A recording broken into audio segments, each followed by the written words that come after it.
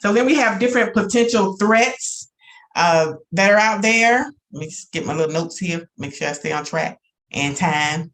So we have ransomware. That right there, most of you probably have heard a lot about here lately. Ransomware, then we have zero trust, distributed denial of service, privacy, governance, and supply chain.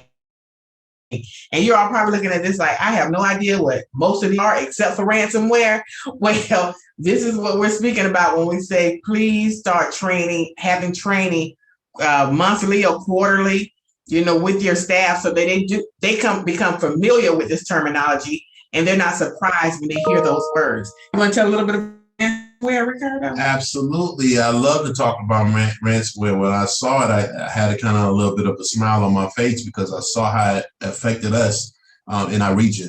The Colonial pipeline system that happened, it's been about maybe 2 months ago, 2 or 3 months ago. Y'all remember where everybody was scrambling, running around Virginia trying to find a gas station to get gas? Well, the end result of that is what we had happening, but what caused that was a ransomware attack against the Colonial pipeline. I think they're out of Ohio, that supports and supplies a lot of the gas for our local area. What had happened was they had antiquated equipment, and that hackers and attackers were able to exploit certain vulnerabilities that they had with this older type of equipment that didn't have any new security updates. And they actually took encryption and encrypted their data. So one of the things that happens with ransomware, one of the more popular types of methodologies is that the hackers would take your data and encrypt it with an encryption key that only they could give you the key to open that data with. And so if you don't have the time, normally it's at a time limit. So if you don't have the time to pay that data or pay that ransom, they're going to encrypt your data and you no longer have access to it. Now, they're not stupid. They typically attack systems that they know are critical for an organization, whether that be medical systems, whether that be pipeline systems, but it's something that they know that if they have that stuff shut down for a long amount of time, that it's going to affect people in a major way. So ransomware attacks are very prominent, very popular, and they're very serious.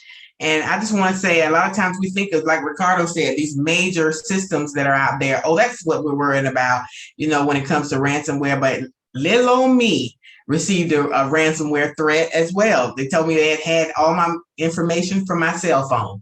And if I didn't send a certain amount of money, I think it was like $1,500. So like I said, little old me, they didn't want a whole lot from me. But if I didn't send $1,500, they were going to be releasing pictures that they say they found of me in a compromising way, which I knew wasn't the case. And they were going to post them all over the internet for me. And so I just decided not to even respond. I decided to take that chance, not to respond to them and to say whatever. I prayed and I said, Lord, if you want it to be done, it'll happen. So I wasn't sending them the $1,500, and that was that. And I sent that information actually to our cybersecurity force so that they can go and do their tracking and see what they were able to find when it came to that. But don't think that just because you have a small business, it's just 10 of us. We are 10 to 15 is our staff range. They asked me for $1,500 the first time. That probably received more. I just sent it to my junk mail. But there's going to be a day when you may be so important, or you may be doing something that they decide they want a little ransom from you. So just make sure you're familiar with that. And I'm glad that you said that. The threat actors that do these types of attacks, they know basically what your financial capabilities are. So they're not going to come to a smaller company like us looking for us to pay them $10 million. They know that we don't have the ability or the capability to pay something like that right now. But they do know that you have the ability to pay $10,000 or maybe $5,000, and the expectation is that they know that you can pay it, so that they take that system for ransom to see and make sure that you do pay. Yes, and then we have zero trust here. This one, most people are talking about this nowadays, where they say trust nothing, verify everything. That's it. That's exactly where the government is going. Corporate America is going. Extensive monitoring. Yeah. They're not zero trust. We trust nothing when it comes to cybersecurity. Nothing. Verified all. There's nothing else to that. Denial, DDoS. Distributed denial of service. That's when the hackers decide that they want to attack your computer. What are you working from? Where are you taking all your orders from? The people that are registering, we do training. So everyone that's registering, we found their centralized database. We're going to go after that computer. That's when they decide to take a whole 50 box fake computers, and they come and send a lot of attack. They attack that one computer so they can shut it down. So they'll try to overload. So it's the processes. If you go to Task Manager, you see your processes running. Their goal is to max out that processor so it kills that computer, and you're not able to work. Right. So there are people that spend time, and you guys are probably thinking, man, there's a lot of people out there doing a lot of crazy stuff. No, they're your kids that are sitting in the basement with nothing to do. Unfortunately, I'm so sorry to say that, but our children are normally the hackers. It's crazy, but that's the case.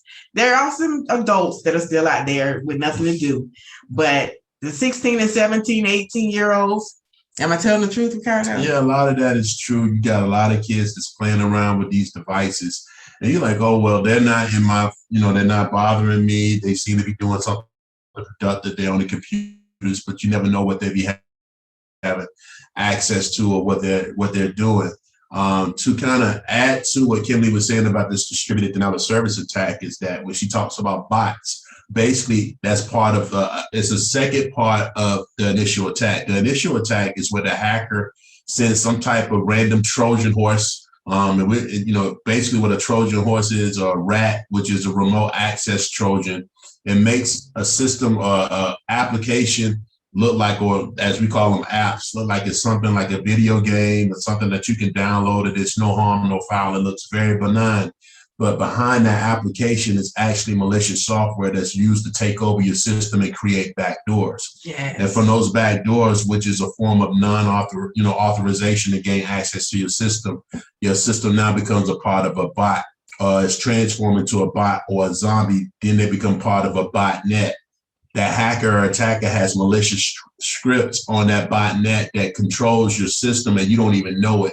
So you could be working on your system and not know that your computer or your laptop or whatever it is that you're working on are part of a botnet that's performing a more sinister type of attack behind the scenes. And that's why it would be good to have those if you don't have enough, funding to have someone working with you in your business, having a consultant or someone that's running scans on their computer weekly to ensure that they're checking for these type of things, monitoring your network, is definitely something you want to look into, trying to set money aside for.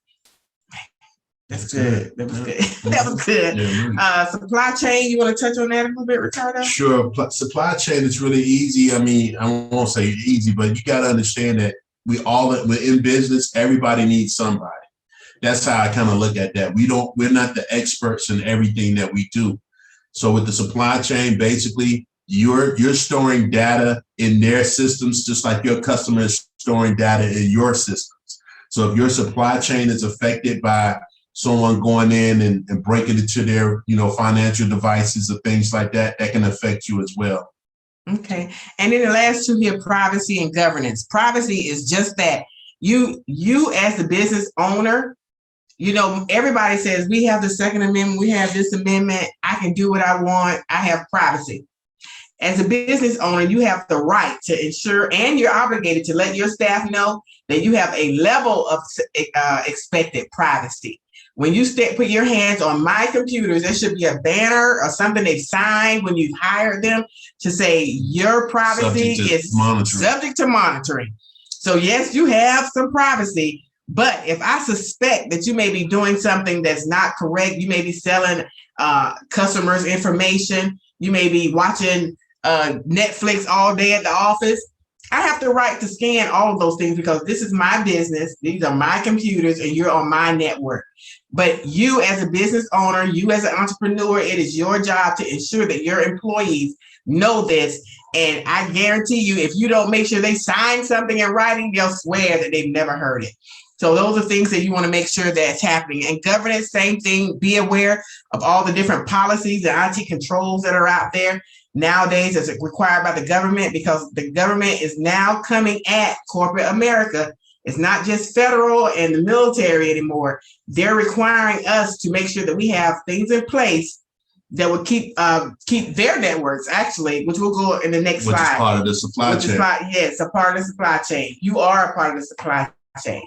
So then we have a real threat right here and now, COVID. The last couple of years we've had COVID here, and a lot of people, we were worried about being sick, but something being retired military that stayed on our mind was our country being attacked big time, in a cybersecurity way, because so many people were sick and out of work.